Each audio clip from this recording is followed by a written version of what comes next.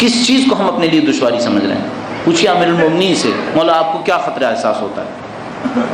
فرماتے ہیں مجھے تمہارے بارے میں دو چیزوں سے سب سے زیادہ خطرہ ہے۔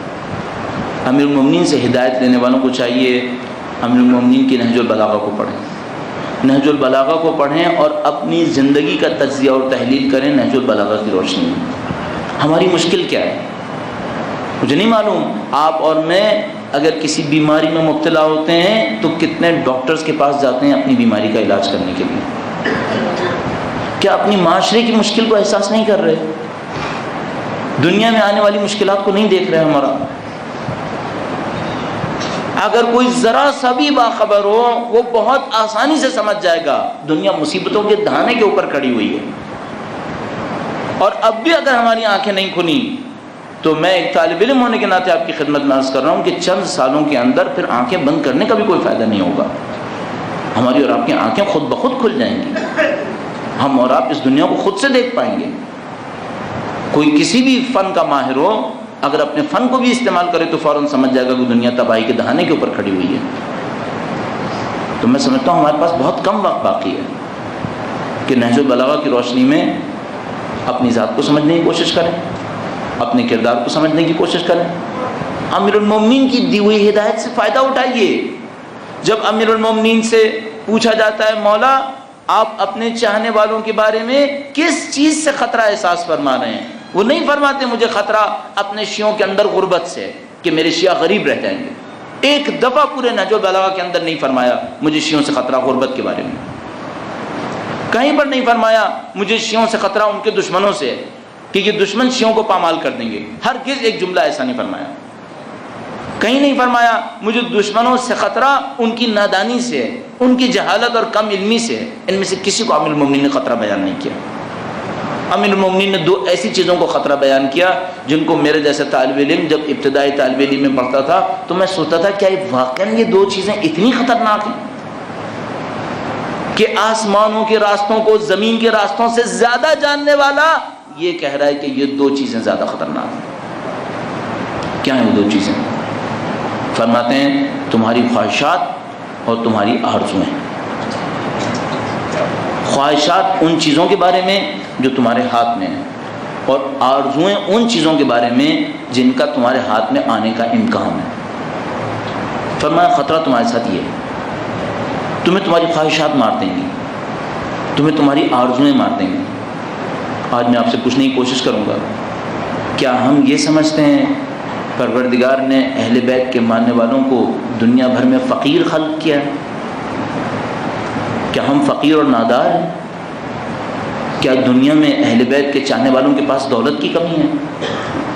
آپ مجھ سے زیادہ جانتے ہیں، اور میں پھر عرض کروں گا کہ اس 24-25 سال جتنے عرصے میں اس دین کا طالب علم ہوں اور اہل بیت کے چاہنے والوں سے دنیا بھر میں ملتا ہوں، میں آپ کو مکمل سکون سے کہہ رہا ہوں ہمارے پاس غربت کی کوئی مشکل نہیں ہے۔ ہاں شیعوں میں غریب ہیں لیکن غربت ہماری مشکل نہیں ہے، کوئی غربت ہماری مشکل نہیں ہے۔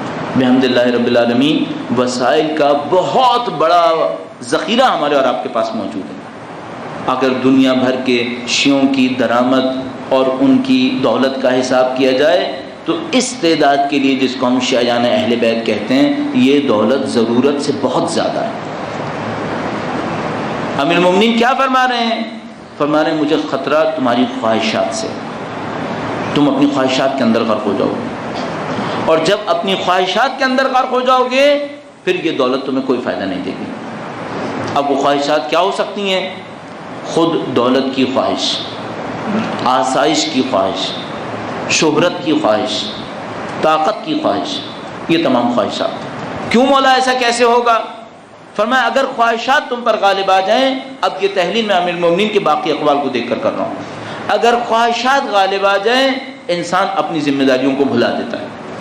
جس کے اوپر نیند غالب آ جائے وہ نماز نہیں پڑھ پائے گا، جس کے اوپر دولت کی محبت غالب آ جائے وہ غریبوں اور مسکینوں کا ساتھ نہیں دے سکے گا، جس کے اوپر آسائش کی فکر غالب آ جائے وہ قطعاً اللہ کی راہ میں جہاد نہیں کر سکے گا۔ خواہشات کا غالب آنا اس طرح سے۔ اب آپ خود فرمائیے گا، غربت ہماری مشکل نہیں ہے، دشمن ہمیشہ سے ہمارے ساتھ رہا ہے اور آج جو دشمن ہے وہ تاریخ کا ظالم ترین دشمن نہیں ہے، اس سے زیادہ ظالم دشمن ہم نے اٹھا لیے۔ کوئی ظالم دشمن اب حجاج بن یوسف جیسا نہیں ہے، کوئی سفاک دشمن یزید ابن معاویہ جیسا نہیں ہے، کوئی مکار دشمن یزید کے باپ سے بڑھ کر مکاری نہیں کر پائے گا ہمارے ساتھ۔ اس سے زیادہ سخت اور کٹھن دشمن ہم نے گزار لیے، جو آج کی تاریخ میں یہ چند سربھرے لوگ ہمارے ساتھ دشمنی کرنے کی کوشش کر رہے ہیں۔ ہماری اصلی مشکل اپنی خواہشات کے اندر زندان ہونا ہے، اپنی خواہشات کے اندر مر جانا ہے۔ اور اس خواہشات پہ مرنے کی نشانی یہ ہے کہ اسی کراچی کے اندر، اسی پاکستان کے اندر ایک طرف سے وہ اہل بیت کا چاہنے والا نظر آئے گا جس کے پاس دولت کا انبار لگا ہوا ہے، اور وہ جانتا ہے، امیر المومنین نے کہا ہے جب بھی دولت کا انبار لگا دیکھو تو سمجھ جاؤ کسی کا حق غصب ہوا ہے۔ اور اسی پاکستان کے اندر ایسے اہل بیت کے چاہنے والے نظر آئیں گے جو ایک دن میں ایک وقت کی روٹی کے محتاج ہو رہے ہوں گے۔ یہ خواہشات کی قید ہے۔ ہم نعمت کسے کہتے ہیں؟ آیا گھر نعمت ہے؟ آیا دولت نعمت ہے؟ آیا شہرت نعمت ہے؟ یہ سب صرف اس وقت نعمتیں ہیں جب اللہ کی راہ میں کام آ جائیں، جب اہل بیت کی راہ میں کام آ جائیں۔ گھر وہ گھر نعمت ہے جو مسکینوں کی پناہ گاہ بن جائے، دولت وہ دولت نعمت ہے جو غریبوں، یتیموں اور بیواؤں کے کام آ جائے۔ میری اور آپ کی بہادری اور جسمانی طاقت اس وقت اللہ کی نعمت ہے جب یہ اللہ کے دین کے دفاع میں کام آئے۔ باقی سب کا سب دنیا ہے اور دنیا کی پست خواہشات، اس سے بڑھ کر کچھ نہیں ہے۔ جو دولت کسی کے کام نہ آ سکے، کیا یہ وہ نہیں ہے جس کے لیے خدا نے متعال نے فرمایا تھا الذین یکنزون الذهب والفضہ، کہ یہ ان لوگوں کی طرح ہیں جو سونے اور چاندیوں کو جمع کر لیتے ہیں اور آخرت کے دن ان کے جسموں پر ان کو دہکا کر لگایا جائے گا اور کہا جائے گا یہ وہ چیز ہے جس کو تم نے ذخیرہ کر کے رکھا ہوا تھا۔ کون سی چیز اللہ کی نعمت ہے؟ اب مجھے بتائیے شیعہ کے پاس کس چیز کی کمی ہے؟ شیعہ کے پاس دنیا کی ہر چیز ہے، صرف اپنی خواہشات کو کنٹرول کرنے کی کمی ہے۔ اب پھر نہج البلاغہ سے پوچھئے کہ مولا کوئی اپنی خواہشات کو کنٹرول کیوں نہیں کر پاتا؟ کوئی اپنی خواہشات میں کیوں بہہ جاتا ہے؟ یہاں پر کتنے لوگ ایسے ہوں گے جو یہ کہہ اٹھے ہیں شاید ابھی بھی کہ ہم نماز فجر پڑھنا چاہتے ہیں، ہم نماز پڑھنا چاہتے ہیں لیکن نہیں پڑھ پاتے۔ کیوں نہیں پڑھ پاتے؟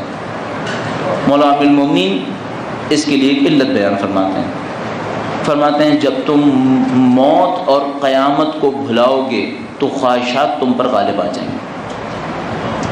جب تم اپنی موت کو بھلاؤ گے، جب تم روز قیامت کو بھلاؤ گے، تمہاری خواہشات تم پر غالب آ جائیں گے۔ ہم مولا سے کہیں گے مولا مردے تو ہم دفنا رہے ہیں، کفن دفن تو ہمارے یہاں ابھی بھی ہو رہا ہے، لیکن اس میں عبرت نہیں ہے، اس میں کچھ حاصل کرنا نہیں ہے۔